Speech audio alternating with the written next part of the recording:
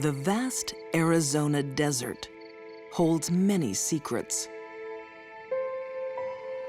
Not all of them are meant to stay hidden. It was very hot, dusty. You could smell the odor in the air. Just a rotten, putrid smell.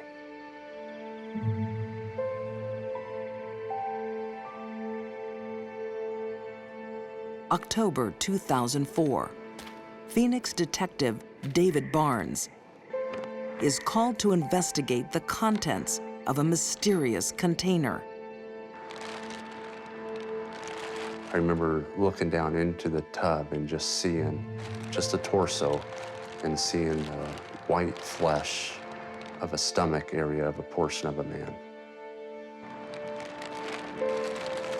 The dead man has a story that Detective Barnes will never get over. How could she do that to the father of her son? Nowhere. He'll be around this somewhere. There he is. He's the cowboys. At age 44, Jay Orban thinks he has it all. Gotcha. His business is booming. He has a beautiful son, Noah, Okay, come on. and a glamorous wife, We'll just have a juice. Marjorie. That's right. Okay, you just. Jay Orban absolutely adored Marjorie. He had a ring designed for her with a large diamond in it. He had bought her a new car. He certainly wanted to ensure that she was living the lifestyle that she wanted. Oh, God. Oh, honey. From the outside, Marjorie seems like a devoted housewife. She cooked, she baked, she cleaned the house, she did home improvement projects, she cared for her son. As journalist Shanna Hogan investigates Marjorie Orban's story, she finds a surprising past. She grew up with ambitions of becoming a professional dancer, and along the way, her life took a X-rated detour, and she found herself stripping.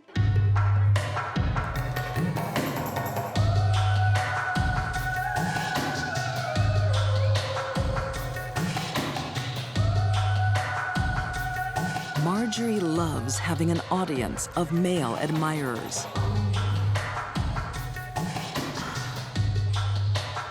One of the things she cared most about was being physically desired by lots of men. Manipulating men is her real skill in life. She comes across as an attractive lady, very charming, very nice, very sweet, but very manipulative. She was very good at using others to get what she wanted. But Marjorie is getting older, and something in her life is missing. She was able to convince people to give her things, but the one thing that she could never have was a baby. Then, one night in Vegas, a man from her past appears.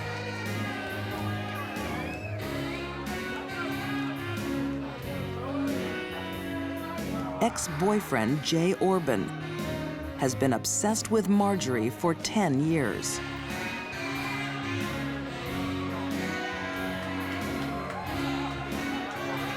Jay was a businessman. He was a wealthy entrepreneur. And every city he traveled to, he looked for Marjorie. Desperate for her love, Jay makes Marjorie an offer she won't refuse. Marriage and the baby she wants so badly. But with Marjorie Orban, nothing comes for free. She made him a bargain.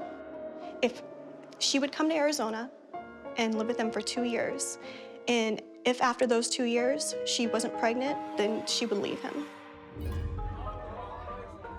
For Jay Orban, it will become a pact with the devil.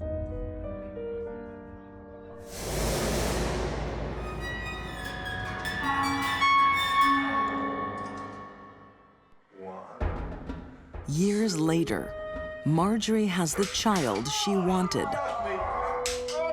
while Noah is the apple of his father's eye. My birthday boy. Mom controls his every move. Marjorie had to have complete control over her son, from what he did to what he looked like. And from an early age, she was actually bleaching his hair blonde to match hers. You had a great day, didn't you? Yeah. Yeah. She didn't like him to have any resemblance to his father. Marjorie has gotten all she ever wanted from her husband. She doesn't need him anymore. Marjorie was always talking down about Jay. What a bad person he was, what a horrible lover he was, you know, how disgusting he was. But to discard him through divorce will leave her broke. I believe Marjorie was to get about $700 or $750 a month for child custody. That's it. We estimated that his entire estate was about $1.5 million.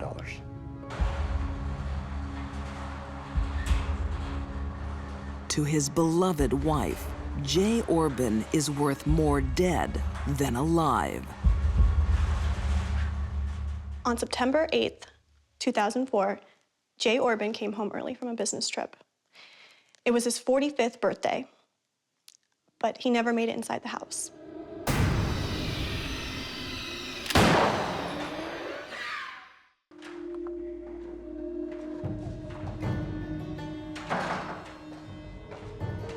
Marjorie Orban's husband, Jay, is missing. Instead of grieving, she's having the time of her life. She immediately started to drain the bank accounts. And she bought a $12,000 piano immediately. She had the house repainted. She bought new patio furniture, new water fixtures for the yard. She was maxing out the credit cards. And also, she was hoarding cash.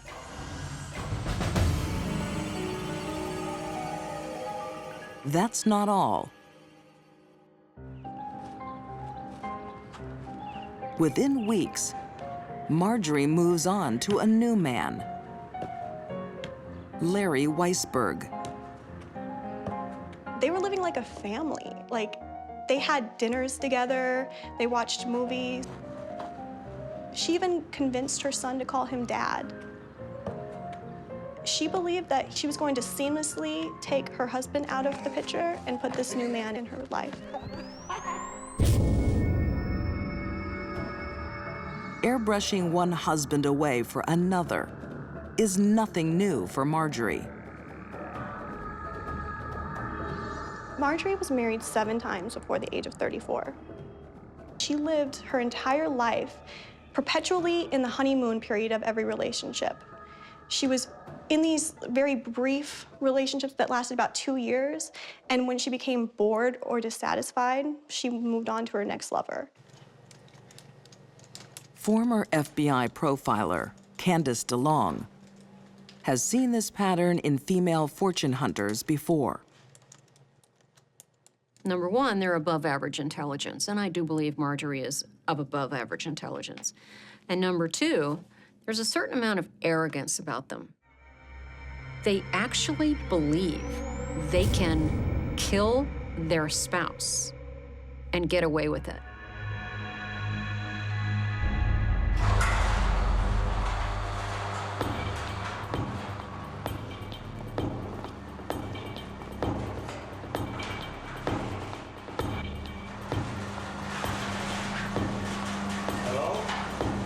The night Jay came home, I don't believe he suspected anything was wrong or anything was going to happen to him.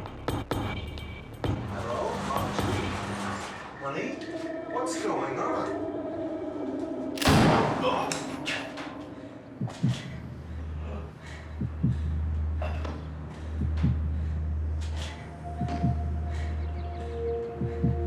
Jay was taken by surprise and he was killed instantly. Now Marjorie's plan turns macabre. She freezes Jay's body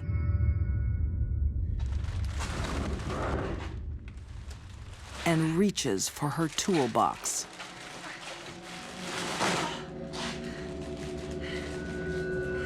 She actually was a woman who was very well-versed with tools. Her neighbors would say that when they heard a saw going, they would joke, "Oh, there's Marjorie again with her saws."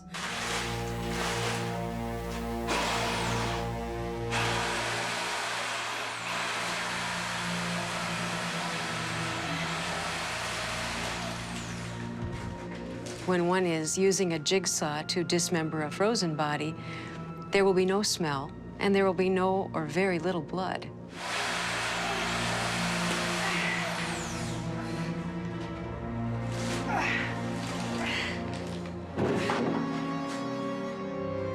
When one is cutting frozen tissue, it's like going through wood. To me, this shows an utter disregard, total contempt for the man that he once was. He meant nothing to her. His remains meant nothing to her.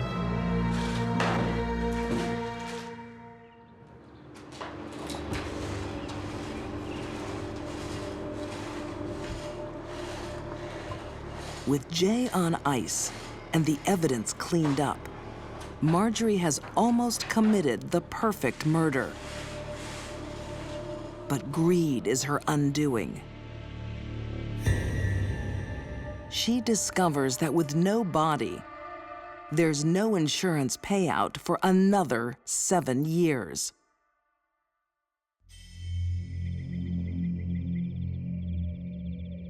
Marjorie Orban can't wait that long.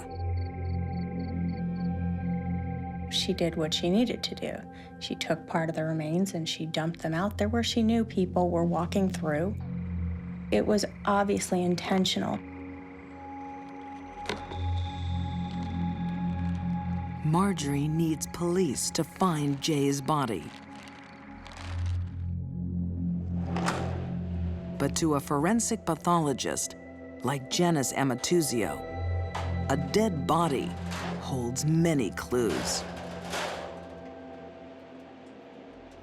The art of identifying tool marks on bone is quite sophisticated. The particular striations or marks on the bone can be compared to a class or a type of pattern of saw blade. Blades found in Jay Orban's workshop match the marks on his bones. The next piece of evidence helps clinch the case. Marjorie is caught on security camera, buying the same storage containers that Jay's body is found in.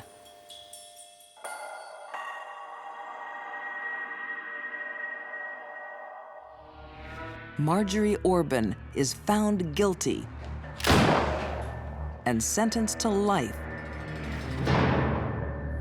without parole.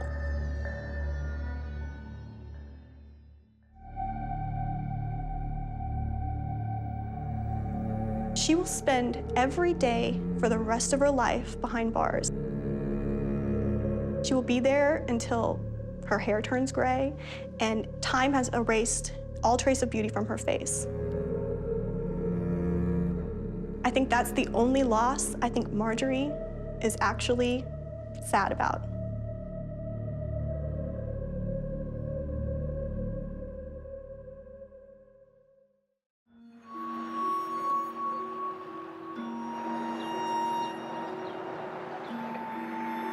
Death can occur in the most ordinary of places. In 1997, a husband's life ended here. his blood flowed down the gutter into the street. He was just a good guy. He didn't deserve this kind of treatment from anyone. I still find it appalling to think about. The first shot caused a tremendous amount of pain and panic. He managed to get out of the car. What was going on in his mind? I've got to run away. He may not even have suspected that the shooter was following him. He places the gun square against the back of the skull and pulls the trigger. This would have been the coup de grace. What is it exactly that you do? I'm a software engineer. Software engineer. Oh. Who's having the salad? I am. It's a nervous first date for computer programmer Bruce Cleland. And the lobster marinade for you. Thank you. Oh, wow. It looks good. It sure does. Okay. This is a meal. I think some people would call him maybe just a nerdy computer geek. Yeah. I'm a software engineer. Right, yeah. I'm working. He didn't have much in the way of personal contact with women. Didn't date when he was in high school and even in college. So he had almost no contact with women before he met Rebecca. Really, it's a big project. Oh, God. Oh. I'm sorry, did I wet you? Bruce's date, Rebecca Salcedo, is his polar opposite. Bruce is a timid, shy man, but Rebecca was fun, sexy, outrageous, generous, exciting, a terrific person to know. She just attracted men like magnets. Rebecca finds Bruce just as attractive, for a very different reason. Anyway. Bruce is the kind of men women like Rebecca look for.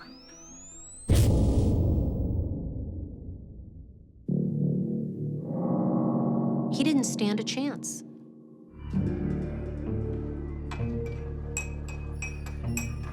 Bertha Awana used to be Rebecca Salcedo's best friend. She remembers the night she discovered exactly why Rebecca was interested in Bruce.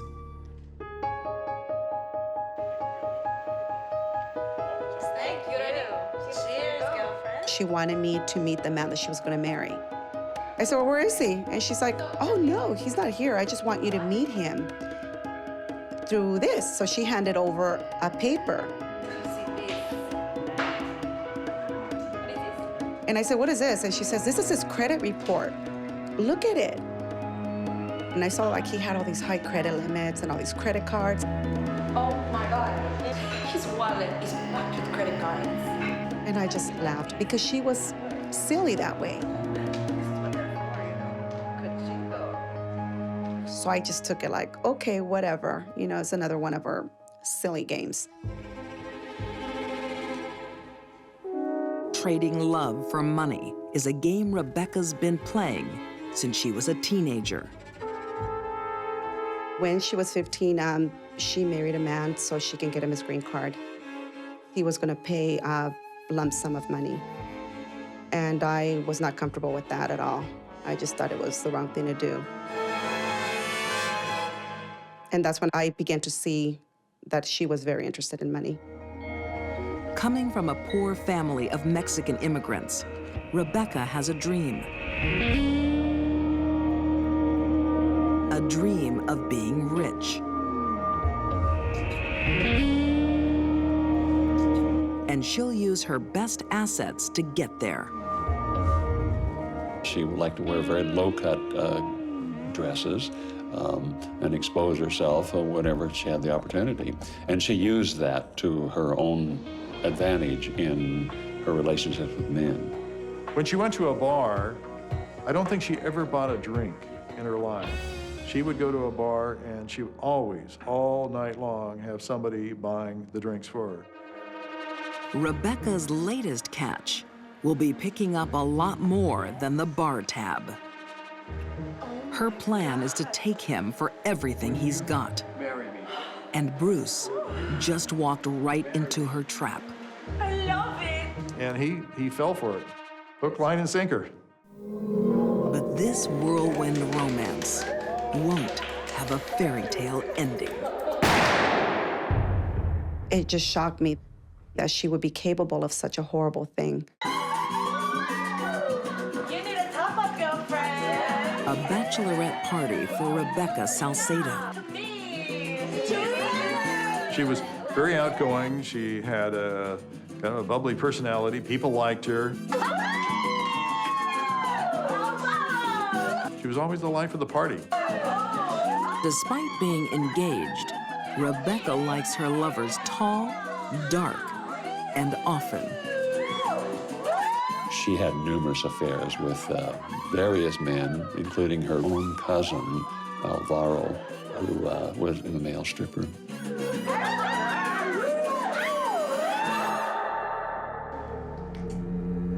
The only man Rebecca's not sleeping with is her husband-to-be. Rebecca had told Bruce that she didn't date much, that she had only been with one man, and that she could not have any relationships with a man until she was married. I'm not like that. I'm a good girl. I remember laughing about it, because she would tell me and I would laugh like, you gotta be kidding. Truth of the matter was, Rebecca wasn't attracted to Bruce and didn't want to sleep with him, ever. Crime writer Don Lasseter says Rebecca wasn't in love with Bruce. She was in love with his money. He began buying her gifts. He bought her a spa for her backyard. He bought a boat with a trailer. Eventually, he even bought her a new SUV, and finally, a beautiful, expensive hilltop home in Whittier, California. He also paid for her breast augmentation, nose job. She also had her lips done. Rebecca could just get you to do anything. She knew how to charm you. Rebecca's teenage dreams of riches are coming true. Just weeks after her marriage to Bruce, she takes the final step in her plan. Bye. Kicking him out and filing for divorce. Rebecca wanted a divorce so she could take half of everything Bruce owned. You said I was gonna get half of everything. But she found out she would earn nothing from that. And how much is that? She was only going to get half of anything that was earned during that period of time that they were actually living together, which is maybe about 2 months. $5,000? Are you kidding me? What are we paying you for? Ah.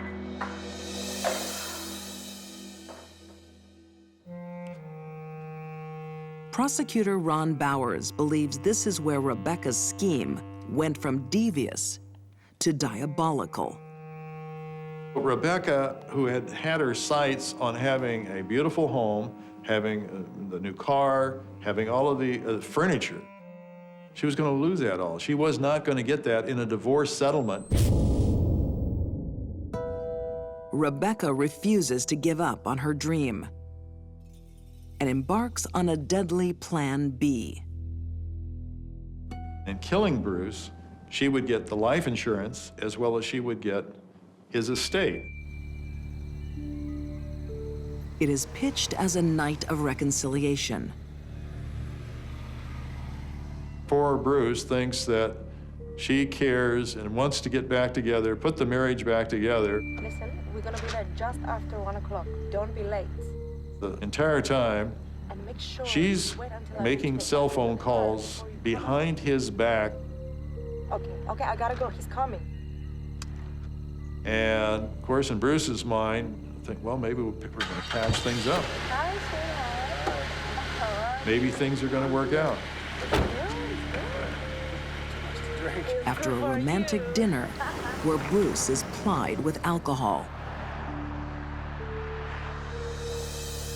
Rebecca pulls off the freeway. She claims that she suddenly notices that there's a red light on the dashboard telling her the back hatch of the SUV is open. Oh, honey, I'll just stop and get out and shut it. And suddenly a man lunges out of the brush and begins shooting at Bruce. The first shot shatters Bruce's jaw. The killer follows and continues shooting.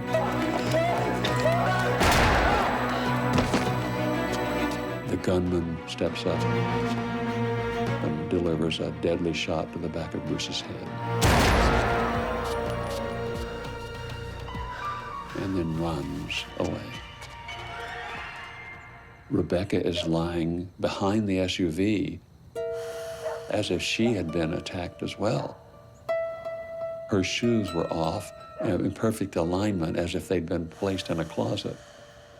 Police arrived quite quickly, and as soon as they arrived, she got up and she said, oh, the carjackers hit me on the head. The police examined her head. No injuries at all. She shows no concern for her poor husband lying across the street with blood flowing down the gutter. Of much greater concern to Rebecca, she claimed, oh my, they stole my beautiful ring, they took my ring. her prized possession appears to be gone. I think Rebecca actually thought she was going to pull this off, that she could plan his murder and get away with it. Everything she did was in furtherance of her own greed. Rebecca's greed will also be her downfall. Wedding photographer Beth Lamb visits Rebecca just days after Bruce's death. She talked as if she couldn't live without her husband, you know, the love of her life, and she didn't know how she was going to go on. But Rebecca's sob story is unraveling. I noticed that she had that huge engagement ring on. And then when I discovered that she was claiming it was stolen, I knew it wasn't. I saw it on her hand. So I was able to let the police know. They were able to get a search warrant and they found it. Police also find forged life insurance policies. Rebecca stood to gain $1 million from her husband's death. She was also entitled to his entire estate. Pure evil to marry someone and kill them for their money. You know, that someone could really be that calculating and evil. Cell phone records reveal the identity of the assassins. Rebecca's cousin Jose and his brother, the stripper, Alvaro. She really manipulated the two of them to do the dirty work that she wasn't capable of doing herself. Sentenced to life in prison, Rebecca's dreams of riches lie shattered. Her lifelong friendships destroyed. I never thought I would personally know someone that would be able to commit such a heinous crime. It still haunts me. Sometimes I dream about her and I just want to forget about her. It's just something that I want to erase out of my life.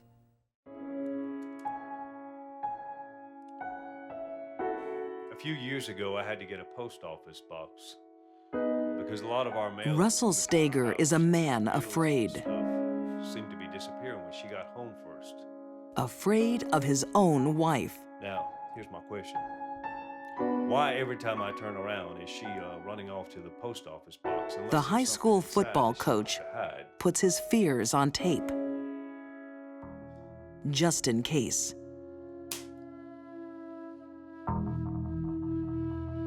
But what kind of monster has her husband running scared?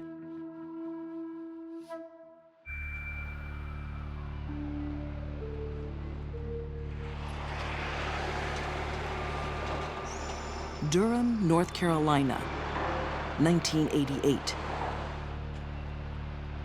Barbara was kind of like the pillar of the community. She was church-going. Sunday school teacher. To the outside world, Barbara Stager seems a fine, upstanding woman. She was very active in her church.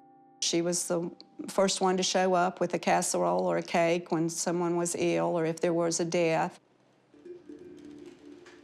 Jo Lynn Snow knew the couple, especially Russell. She was his first wife, and they stayed close. Russ was so full of life, and he loved kids. He loved coaching. That was his real calling in life, was reaching the kids. Russell's hasty remarriage comes as a shock. We were divorced on one day, and he married Barbara the next day. So I was a little surprised that he moved that quickly. But he seemed very happy, and I really hoped it would work out for him. I'm all right. Barbara Stager is not who she seems. Darling, where are we going to get the money for all this? When you're dealing with public, you never know. They present themselves one way, but they're actually another. She's a woman with dark secrets. One is her addiction to money. Barbara's sense of self-worth was very much tied to spending money. Unfortunately, she didn't have that money to spend to make her feel good. Got a brand new bag. Oh, come on. Russ! Russell can't control his wife's spending. She was obtaining loans, and she was lying on the loans. She was forging Russ's signature, and then she was getting one loan to pay off another loan.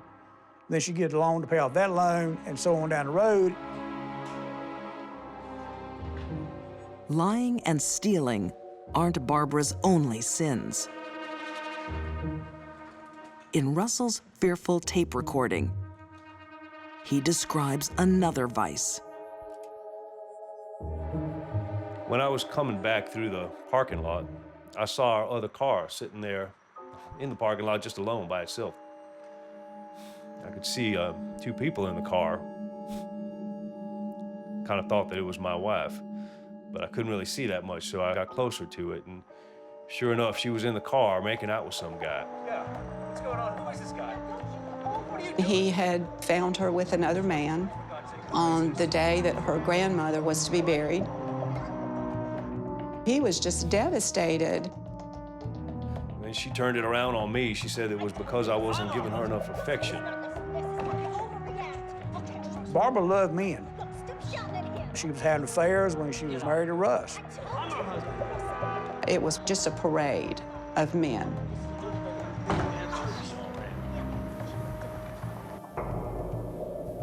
Barbara is addicted to sex.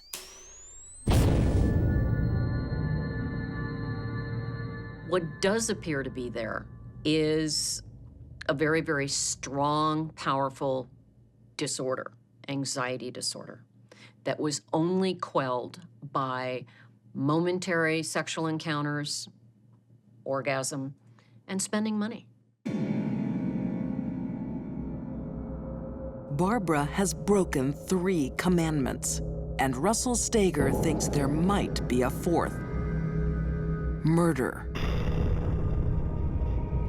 She had a former husband who died, and he was starting to really wonder about the circumstances of that husband's death.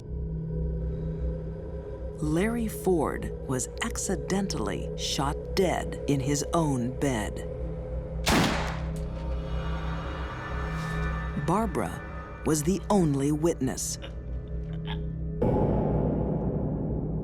As he turned to leave, he said, "If anything should ever happen to me, will you promise me that you'll look into it?"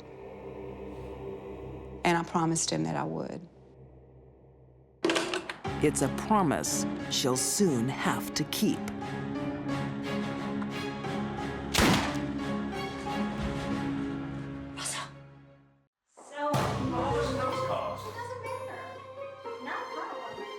Russell Steger's wife, Barbara, is out of control. She has lied to him, stolen from him, and cheated on him.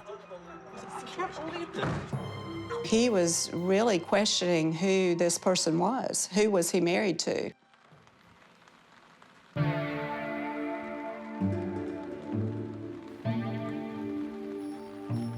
Now Russell is finally unraveling her web of lies.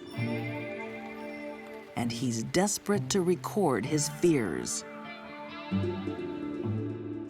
A few years ago, I had to get a post office box because a lot of our mail that was coming to our house, bills and stuff, seemed to be disappearing when she got home first. He told me that he would find her sometimes in the middle of the night taking the key off of the keychain. Why every time I turn around is she running off to the post office box unless there's something inside that she wants to hide? He knew then that she was pilfering through the post office box, so even that wasn't safe. Barbara is starting to feel the heat. She was about to be exposed for stealing and spending excessively once again, and she didn't want him to find out. But how far will she go to keep a secret?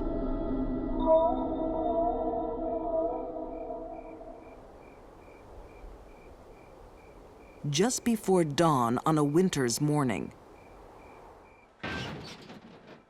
Barbara is woken by a mysterious noise.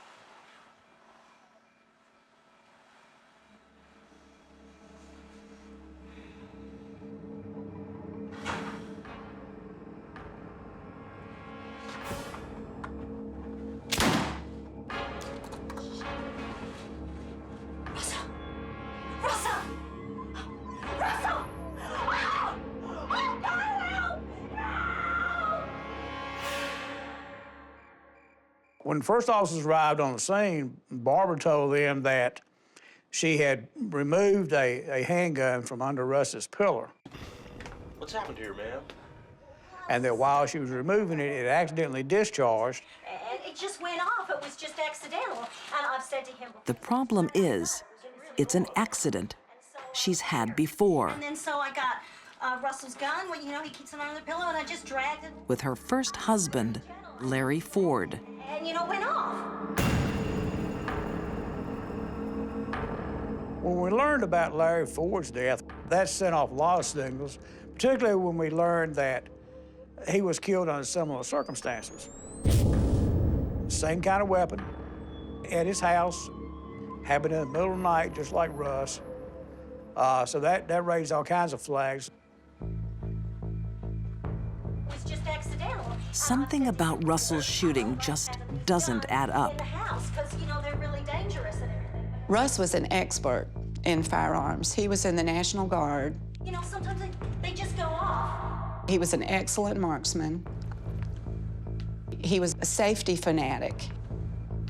I knew that he would have never, ever slept with a gun under his pillow. The police are also skeptical. The gun, it had two safeties on it. It has a real small trigger guard. It was not a hair trigger. In order to fire that weapon, you have to intentionally insert your finger in the trigger guard and pull the trigger. I don't think there's any way you could accidentally discharge it. The chances of a woman losing her husband in her own home to an accidental gunshot wound is extremely remote.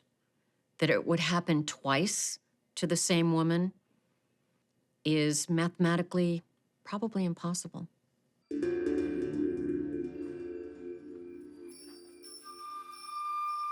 Barbara's story is falling to pieces. She's now the prime suspect in a murder.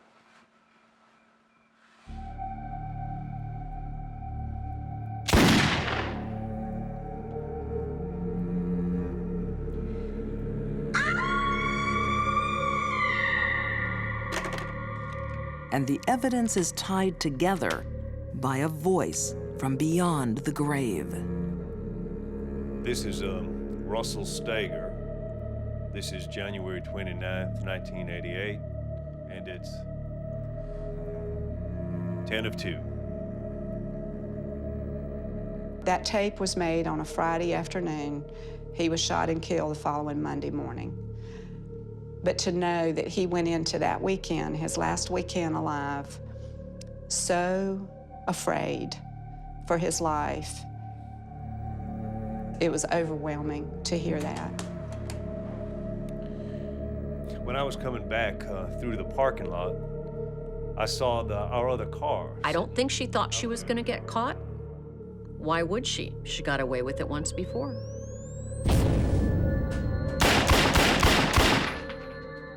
Barbara Steger claims innocence.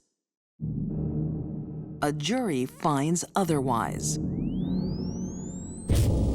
Convicted of murder, she's sentenced to life in prison.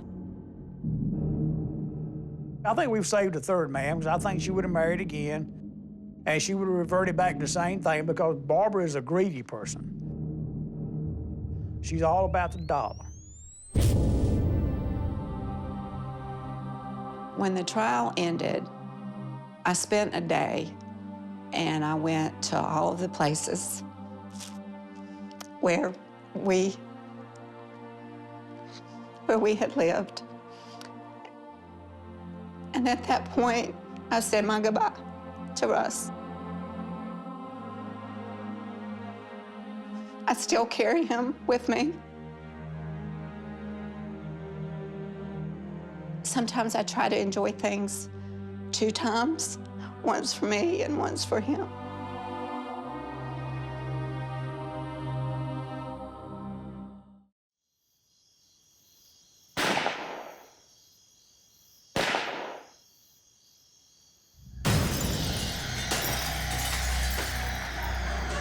In the dead of night, a terrified wife makes a desperate plea for help. Someone is breaking into my house and he's fighting with my husband. You can't go up there. It's my kids. This one fatal night, a thief becomes a killer. Blood all over the place. A family is destroyed. An intruder had broken in the house and shot her husband. And a woman's deadly secret is exposed.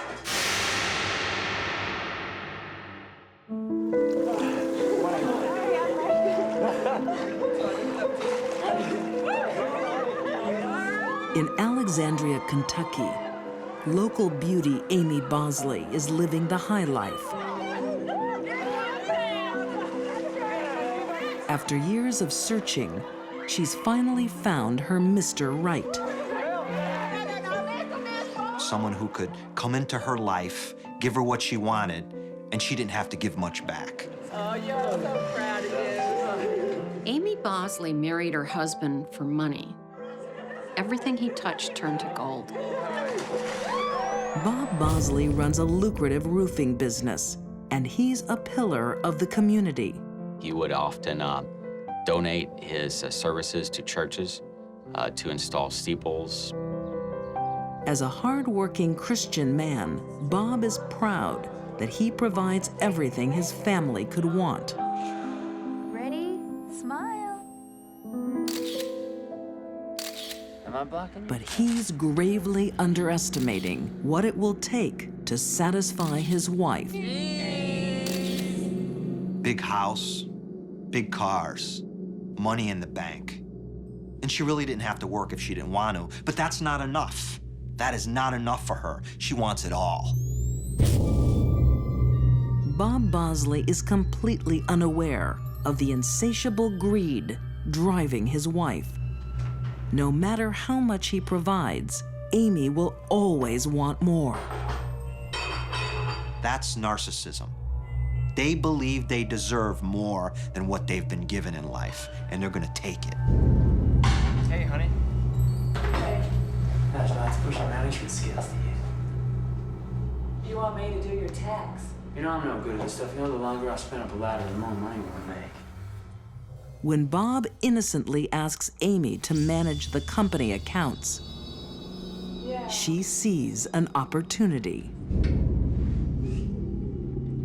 He trusted her completely, and she completely took advantage of him. Amy begins to see all this money that the business has to pay, by law, the IRS. Amy hatches a plan to deceive her husband. Write a check to the IRS, put it in the books. Bob would see it in the books, but she would never send the check to the IRS. Instead, she would withdraw that money herself and put it somewhere. Amy was having an affair with Bob's money. And it's a passionate affair. Within a few months, Amy steals over $100,000. It took on a nature of its own, and it became a monster. But Amy isn't just stealing from her husband. By committing tax fraud, she's also robbing the US government. And they're not so easy to fool. The IRS started to look into this, thinking Mr. Bosley wasn't paying his taxes. They started sending out letters. What they didn't know was the letters weren't going to Robert Bosley. They were going to a secret P.O. box that Amy had set up to receive those letters. Business is booming for Bob. He believes the family finances are secure. While Bob was climbing the business ladder, Amy was climbing into his business accounts. Amy is bleeding her family dry. She's now stolen over $1 million. But with no tax payments and no contact from Bob Bosley, the IRS believes he is committing the crime. Glass of water? Nope, fine, thanks. Okay, And one day, they finally pay a visit. I'll just get right to the point. Sure. I'm investigating your husband, Bob Bosley, for tax evasion. I can't believe this. If it's not cleared up, he could face a jail term. Oh my God! But even with the threat of prison, Amy keeps stealing. No one's gonna find out.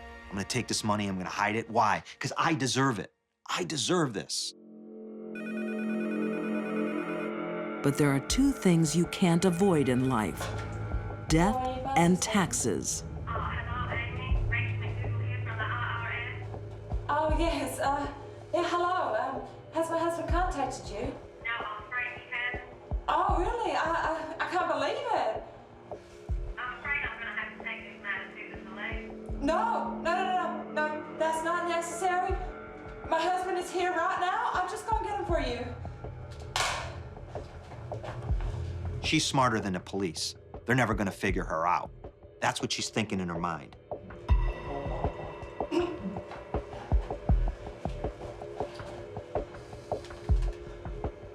Hello, Bob Bosley speaking. How may I help you? She sounded like Kermit the Frog. Posing as her husband, Amy agrees to a meeting the following day. If Bob sat down with those IRS agents, he was going to become aware for the first time that almost $2 million in taxes had not been paid by Amy.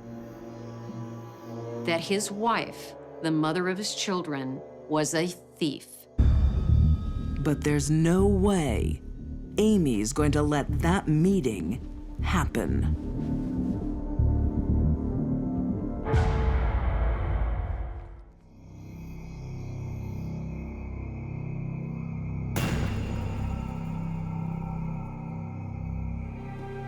Amy Bosley is a thief and a liar. She's defrauding the government and deceiving her unsuspecting husband.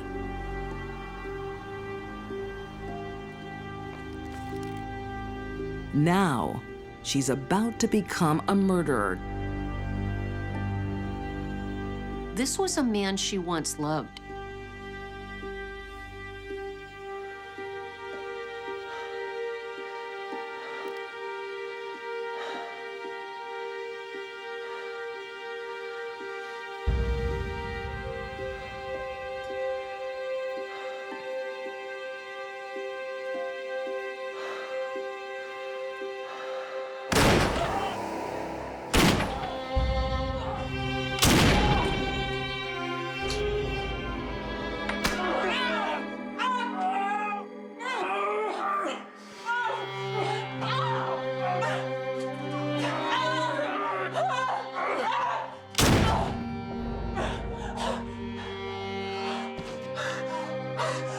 This was a war between these two that she won. Amy completes the job by firing 6 shots into the man she married.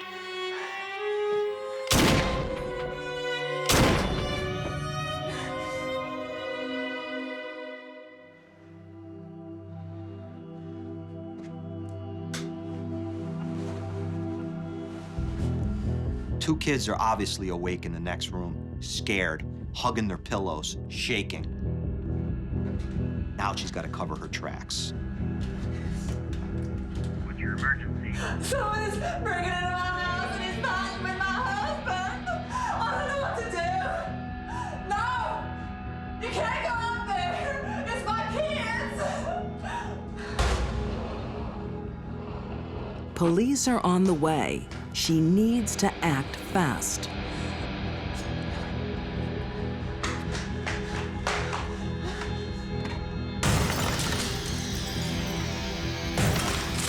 She goes downstairs, she breaks the window from the outside. She also opens drawers and cabinets in the kitchen and kind of throws things around. Amy tries to make it look like an intruder has ransacked the house.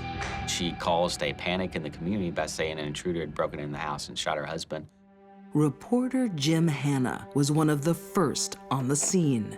Like the detectives, he wasn't convinced by Amy Bosley's performance. I saw him standing by the bed. I tried to stop him. I tried to grab the gun. And look, I can see the hands where he scratched me.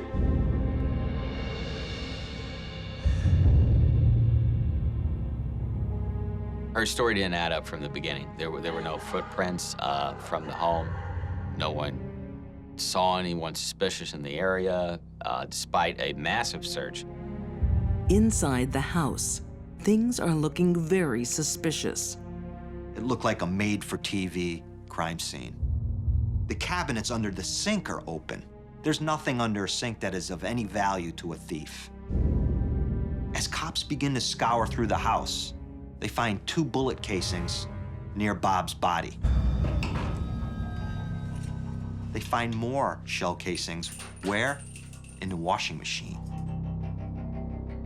Now, why would a thief leave shell casings in a washing machine?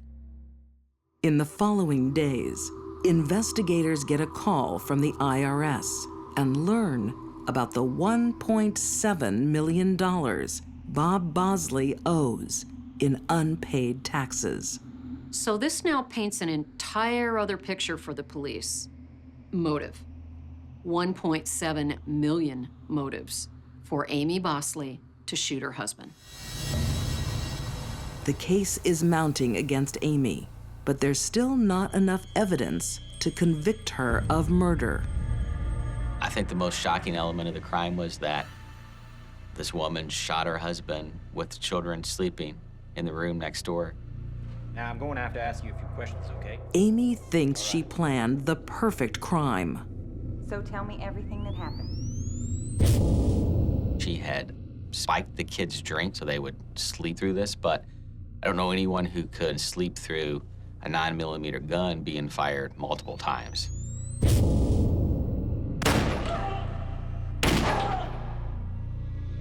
And the children didn't. And I heard this loud bang. What the children heard that night would bring the whole charade crashing down. Then I heard glass smashing, things being thrown around. You heard glass smashing after the shots? Yes. They were absolutely sure that they heard the window breaking downstairs after they heard the gunshots. Faced with this new evidence against her, Amy finally pleads guilty. Amy Bosley married her husband for money. And she killed him for the same reason. Amy is sentenced to 20 years, but she takes a secret with her. She refuses to reveal where the money is. If we just look ahead, maybe, you can see her in the middle of the night some night with a flashlight and a shovel, all by herself, looking around, digging in that hole, coming up with that shoebox full of money, and just laughing all the way to the bank. Amy Bosley will be eligible for parole in 2020. Until then, her secret treasure lies waiting.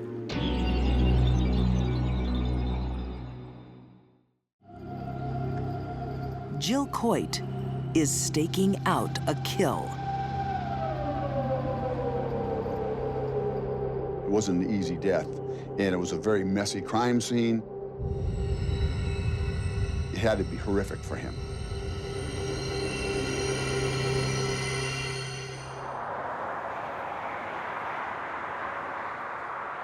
In the tight-knit ski town of Steamboat Springs,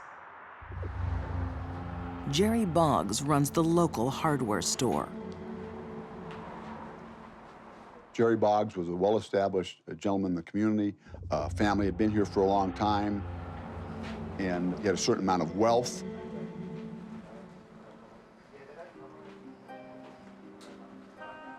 Single mother Jill Coit is new to town. Jill was the kind of person that fit in very well. She was very outgoing, a very friendly persona. Jill and her sons are renovating a local bed and breakfast. She soon becomes a regular at Jerry's store. I think when Jill came along, she showed an attraction to him, and that was exciting to him. And he fell head over heels in love with this woman. Writer Stephen Singular has investigated Jill's past. When she was young, she was quite attractive. A beautiful, peachy type of complexion, dark hair. She thought she had a little bit of Native American blood in her, and so that was a bit exotic.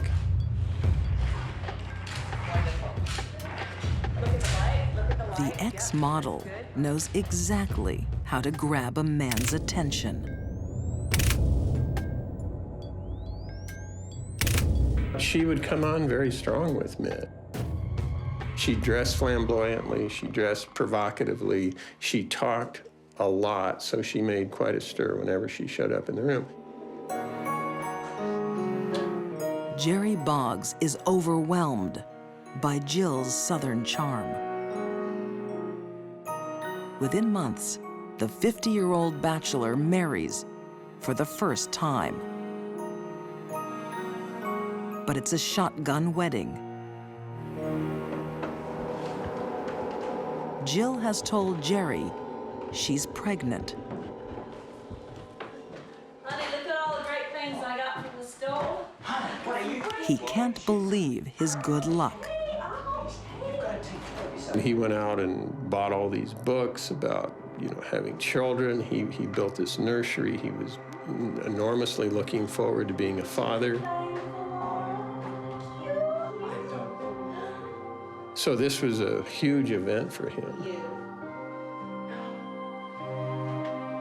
But Jill Coit's pregnancy is a lie. Her stomach didn't get any bigger, and they would go places, and he had friends, and the women would come up and say, "Gee, you sure aren't showing any signs of pregnancy." Stop it, Maya! There's nothing wrong with me.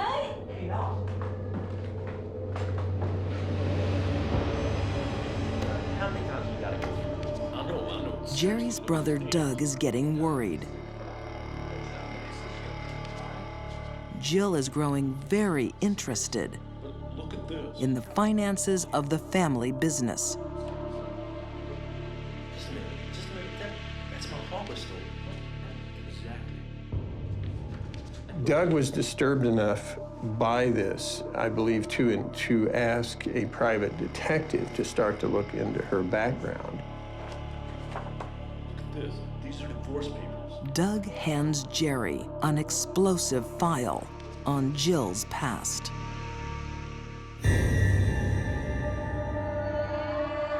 Jerry had found out that Jill was a massive, massive fraud.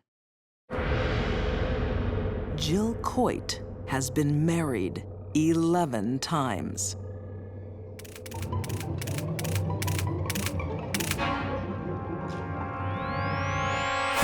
Here was a woman with about 10, 12, 14 aliases. Here was a woman with about the same number of marriages. Where did you get this stuff? It's all. Here was a woman who had probably been involved in a number of insurance scams and financial scams. This one thinks she's untouchable. She had really gotten away with a lot of criminal behavior. This woman is dangerous. Jill saw marriage as a means to an end, a way to get money from men. And this fortune-hunting bigamist is still married to husband number 7. Shocked to his core, Jerry annuls their marriage. Jill doesn't take it well. Jerry interfered with her financial plans, which I think is her motive for everything she does, is greed and money. And because Jerry was interfering with those plans, she had to eliminate him. Okay, what? It wasn't an easy death. It had to be horrific for him.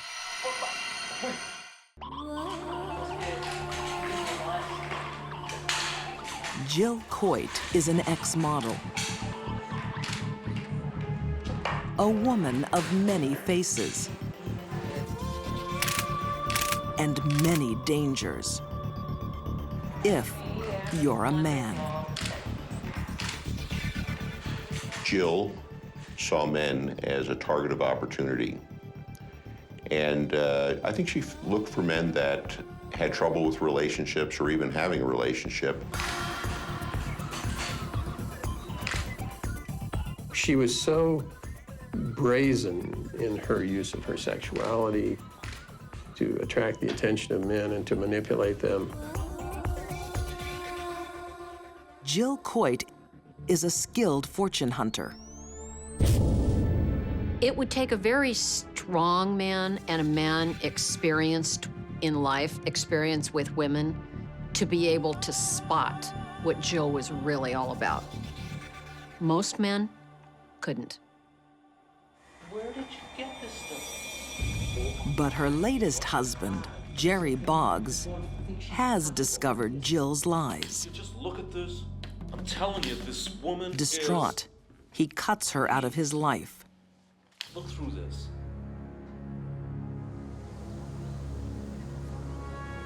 Now Jill wants revenge on Jerry.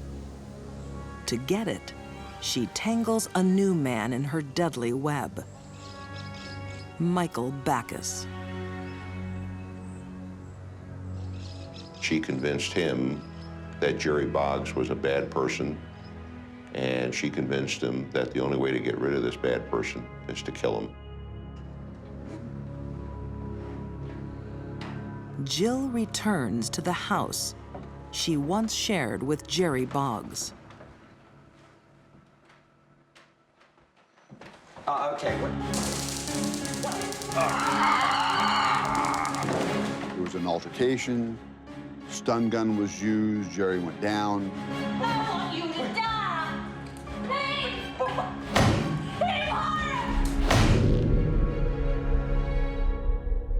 He was struck violently. It split his face open from the top of his head down across his face. Jerry stopped Jill's plans to get his money. Now she will have the final word.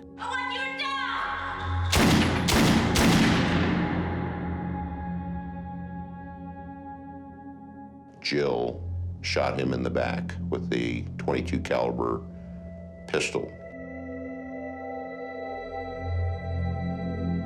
This man didn't go easy. Jerry Boggs died a very painful death. The man didn't have to be tortured the way he was tortured. Let's go! Let's go! Murder is a very drastic measure, but Jill was a very grandiose person. Jill did what Jill wanted to do and thought she could pull anything off. As local detectives investigate this shocking murder, they discover more of Jill's secrets. She had been married to men almost all over the United States, and they kept dying. What are you doing here? Back in Houston, William Coit was husband number 3. Well, come on in and make it quick. Seems a little ridiculous to me. I don't understand why you would even consider coming.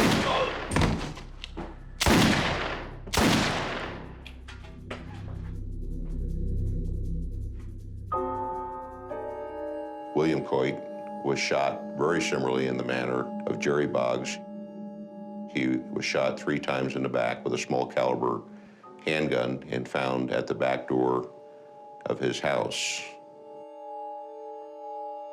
While Jill is the prime suspect, William Coit's murder is never solved. The death of Jerry Boggs won't fade so quietly. Let's go! Let's go! After the murder, Jill makes a fateful phone call. Jill Coit called her son Seth at the bed and breakfast, and she made a statement. My baby, it's over and it's messy. This time, his mother has gone too far. When he learned that Jerry Boggs was dead, was absolutely terrified. The last thing he wanted to do was to be involved in this. Her son's testimony helps close the case against Jill Coit.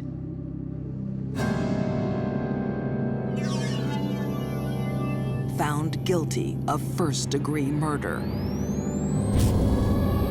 She's currently serving life without parole. I don't believe Jill Coit to this day will even admit that she did this murder. She's a woman without a conscience, and I don't think she's lost a night's sleep over it. Whatever was in her that keeps the rest of us civilized was not there. She is a cold-blooded killer. And if we didn't catch her, rest assured she would have killed again. I'd say she's a bad girl.